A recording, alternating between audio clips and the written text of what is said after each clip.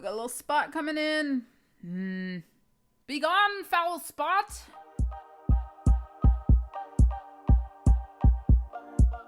Hello, welcome back to my channel. My name is Chanty and I make beginner and budget-friendly makeup tutorials. Today I'm really excited because I'm showing you one of my go-to everyday looks with the NYX Multi-Finish Shadow Palette.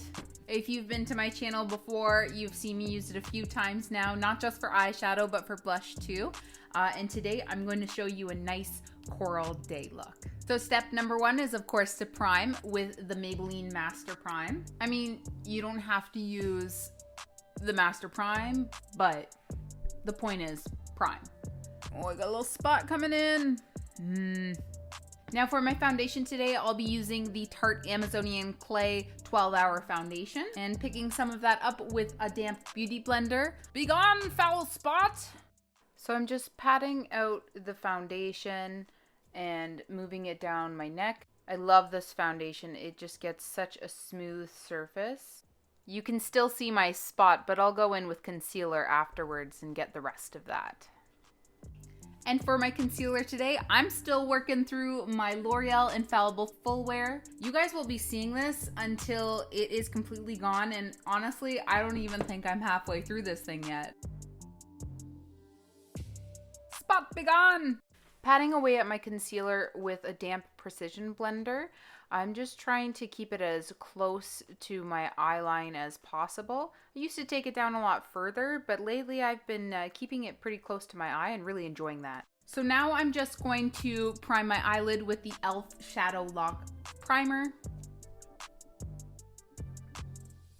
The first color I'm going to pick up as my transition shade is this color right here.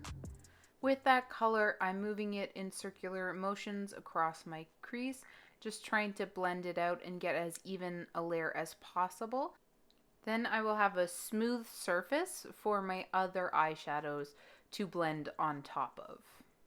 And the next color I'll go in with will be this bright coral color. With this shade, I'm going to start it out in the corner of my eyelid and then work it up into the crease as well. This is going to be the dominant color. It's the strongest coral that I have, so I wanted to make sure that you can really see it. Coral is such a beautiful color. It looks good on every single skin tone. I feel like coral's also always fashionable in summer. The next color I'm going to go in with will be this color right here. I'm just going to start that in the inner corner of my eye and work it towards that coral color, but not quite start to blend in with it yet. Putting a light color in the inner corner of your eye is so good for making a larger eye shape. It just brings the light right to that area and brightens up your whole eye. Now as I get closer, I'm going to switch to the other side of my brush, pick up some of that lighter color, and then begin to blend it over into the coral.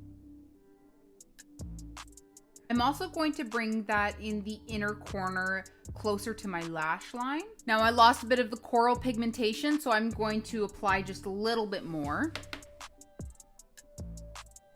And then I'm going to start with my transition color on my lash line.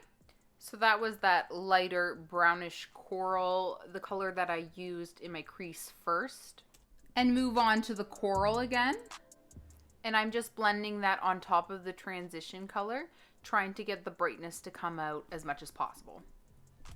Now I'm going to take this dark purple color and I'm going to create a V shape on the edge of my eye. So starting on the last third of the outer corner of my crease, I work it back to the edge of the eyeshadow and then start to pull it down across the top of my lid, starting to form a smoky liner on my lid. I don't want to layer it on too much.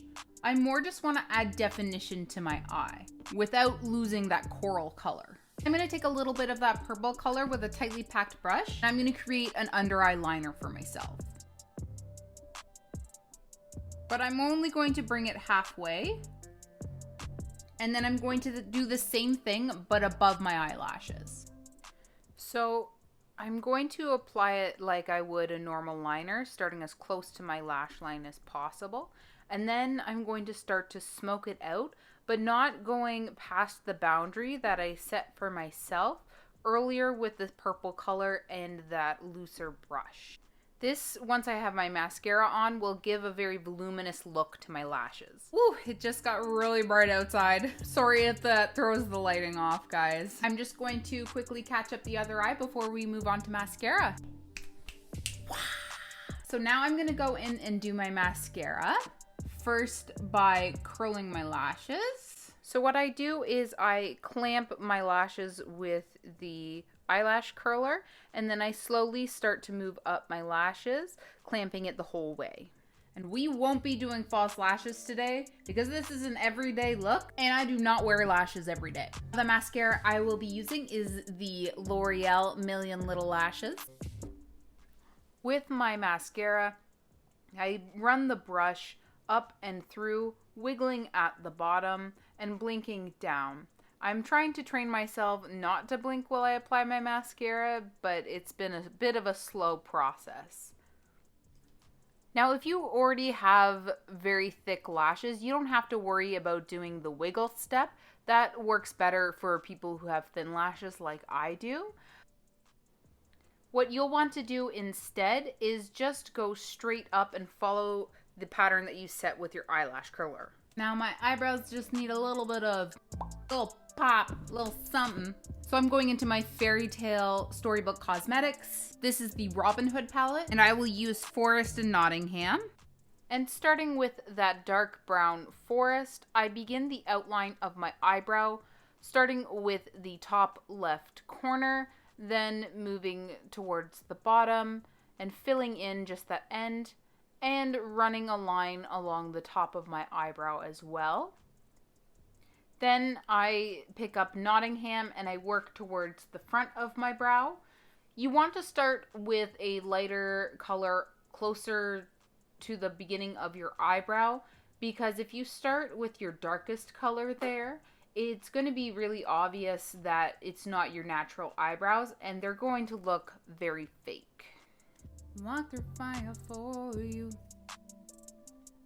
Yes, these eyebrows turned out so well. Ah! So I definitely thought I was filming and started working on my bronzer, and turns out I wasn't filming. So to catch you guys up, I have done this side of my face. I've gone ahead and done my cheekbones, and I've also done a little along my jawline and brought it down my neck. I put bronzer on my nose, and I started working on the left half of my forehead when I realized that it wasn't even filming. So now that you guys are caught up, what I do to blend my bronzer is I blend it up into my hairline first, trying to keep my face as relaxed as possible. I have a lot of little baby hairs, so I often have to hold them back with my hand even when I have a headband on. And this will just help make my forehead appear a bit smaller.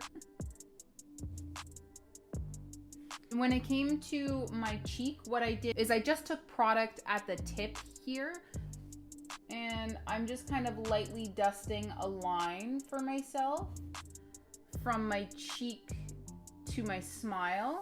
And then when I have a good line built up, going in afterwards and blending that out.